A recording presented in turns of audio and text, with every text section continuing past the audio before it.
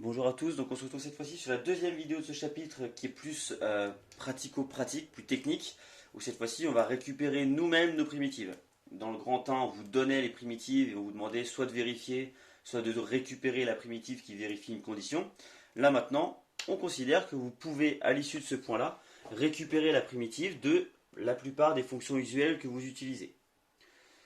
Alors, dans ces lignes-là, dans ces lignes de tableau qui vous donnent quelques primitives usuelles, celle qui m'intéresse le plus, ça va être les lignes 2, 3, 4. La première, la primitive d'une fonction constante. Par exemple, si vous avez f de x est égal à 5, la primitive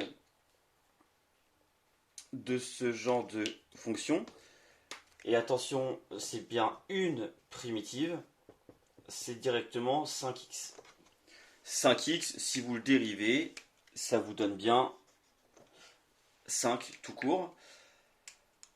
Juste sur cette primitive qui est assez simple normalement, je me permets juste de rajouter, ça c'est si vous voulez une primitive. Si vous les voulez toutes, il faut que vous rajoutiez un plus k à la fin pour dire ok c'est 5x, ça marche, mais derrière je peux mettre plus n'importe quoi, plus 1, plus 2, moins 27, moins 44, parce que ce 44 là par exemple va dégager à la dérivation. Donc 5x c'est une primitive, et si vous voulez toutes les primitives, il faut que vous écriviez 5x plus k, avec k appartenant à l'ensemble des réels. Mais là pour l'instant dans le tableau on vous dit qu'on vous donne une primitive. Et on a vu dans le point précédent comment est-ce qu'à partir de une primitive, on pouvait récupérer toutes celles qui nous intéressaient. Dans un cas plus général, si vous avez f de x ici, qui est égal à x puissance n, donc x puissance 3, x puissance 4, x puissance 12, n'importe quelle puissance de x, si vous avez f de x qui est égal à x puissance n, pour récupérer votre primitive, comment on va faire? Dans l'étape de dérivation, on descend le degré de x d'un cran. Donc si j'ai du x puissance n ici, il faut que j'ai du x puissance n plus 1 dans ma primitive. Le problème, c'est que si je dérive directement ça, le n plus 1, je dois le passer devant. Donc pour l'annuler, parce que là j'ai rien devant mon x, il faut que je mette mon 1 sur n plus 1 ici. L'exemple que je vous donne, c'est si votre fonction de base que vous cherchez à intégrer, c'est x puissance 3. Donc ce sera pour n est égal à 3. Si votre fonction de base, c'est x puissance 3, dans votre primitive, vous devrez avoir du x puissance 4, pour que quand vous dériviez la primitive, vous retombiez sur du x puissance 3. Sauf que si je dérive directement x puissance 4, ça va me donner 4 x puissance 3. Et sauf que là, moi, j'ai pas de 4 dans ma fonction de base. Donc pour l'annuler, entre guillemets, il faut que je place du 1 quart devant. En dérivant ça, ça me fait 1 quart fois 4 x puissance 3. Et le 1 quart fois 4, ça fait 1. Ça s'en va. On récupère bien mon x puissance 3 tout seul. À partir de ça, vous êtes capable de dériver toutes les fonctions polynômes.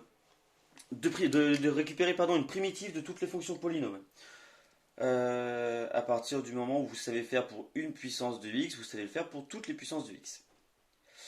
Alors, on travaille ensuite avec les fonctions trigonométriques, qui normalement peuvent vous servir beaucoup sur vos cours de physique. Vos fonctions trigo, fonctions sinus et cosinus. Comment est-ce que ça fonctionne en termes de primitives? Donc, on va toujours garder notre tableau de base en disant qu'on a notre fonction f à droite. Alors, cos oméga t plus phi. Donc, oméga et phi qui correspondent aux constantes de notre expérience, selon le cas concret que vous utiliserez en physique. Si vous voulez récupérer une primitive de ceci,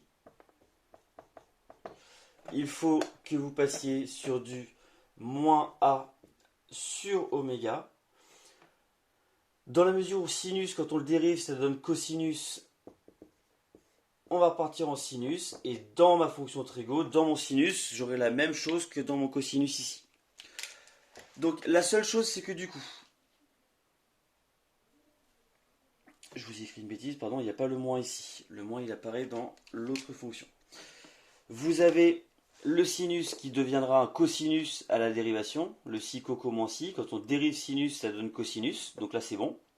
Ce qu'il y a dans ma fonction, je le garde. La seule chose, c'est qu'en dérivant, le oméga va sortir. Et donc pour le faire disparaître, parce qu'il n'apparaît pas devant ici, on divise par oméga. En dérivant, le oméga sort, il s'annule avec le oméga du dénominateur, il me reste le a, cosinus, oméga t plus phi, ça marche. Et de la même manière, si jamais votre fonction c'est de la forme a, sinus oméga t plus phi, c'est là où dans notre primitive, on va avoir un moins qui apparaît, dans la mesure où, pour obtenir un sinus ici, il me faut un cosinus en primitive, et que la dérivée du cosinus, c'est moins le sinus. Donc en dérivant le cosinus, on aura un moins sinus qui va apparaître. Avec le moins, ça va me donner un plus. J'ai bien le signe de ma fonction de base ici. Le oméga va sortir avec le oméga qui est au dénominateur ici, ça va s'annuler. Et on récupère mon a sinus oméga t plus phi. Si vous arrivez à comprendre comment ça fonctionne, très bien. Si vous n'arrivez pas à le comprendre, vous avez ici une formule que vous pouvez appliquer directement. C'est ce qu'on vous demande dans... alors j'essaierai de faire apparaître ça normalement sur une seule page. Dans les exemples E et F du grand 3, du petit 3, où vous avez des dérivations de fonctions trigonométriques, vous avez des fonctions trigonométriques, pardon, dont vous devez récupérer la primitive, une primitive. Alors, la propriété sur les règles de calcul en dessous, c'est des propriétés qui au final vont pas mal nous simplifier la vie. C'est-à-dire que nous, là, on sait faire une primitive pour une fonction toute simple. Nous, on vous dit ici que si vous avez un réel devant ou si vous avez une addition de fonctions, bah, ça fonctionne de la même manière. Si vous devez, par exemple, chercher la primitive de f de t est égale à 2t au cube moins 1, vous savez récupérer la primitive de t au cube. Donc, vous savez récupérer la primitive de 2t au cube. La primitive de t au cube, c'est un quart de t puissance 4. La primitive de t au cube, c'est un quart de t puissance 4. Si j'ai un 2 devant dans ma fonction, bah je garde un 2 devant dans ma primitive. De la même manière, si je sais prendre une primitive de 2t au cube, et que je sais prendre une primitive de moins 1, bah j'ai juste à faire l'une, puis l'autre. La primitive de moins 1, ça va être moins t.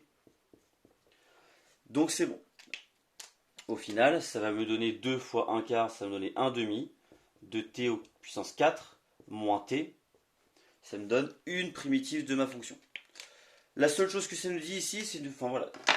Au lieu de travailler avec une seule grosse fonction, on peut d'abord chercher la primitive de t au cube, la multiplier par 2, chercher la primitive de moins 1 et séparer ça par petits morceaux. Donc vous avez dans le petit 3 des exemples qui vous permettent ensuite d'appliquer tout ça, de voir si vous arrivez à récupérer la primitive de x puissance 4, de 4x puissance 3, de différentes fonctions polynômes jusqu'au petit d, et ensuite effectivement le E et F, récupérer des primitives de fonctions trigo. Donc à vous de voir si vous y arrivez. Dernière petite chose là-dessus, le pi dans la fonction de trigo, ça reste un réel. Par exemple, le moins pi dans la fonction du petit e, ça correspond au phi, à la phase qu'on a dans notre formule. C'est un réel, pi, c'est une valeur numérique, donc on n'hésite pas, on n'a pas peur, on ne le prend pas dans la primitive. Je vous laisse voir du coup les exemples et les exercices associés, et je vous envoie le corrigé assez rapidement pour discuter de tout ça. Merci beaucoup, au revoir.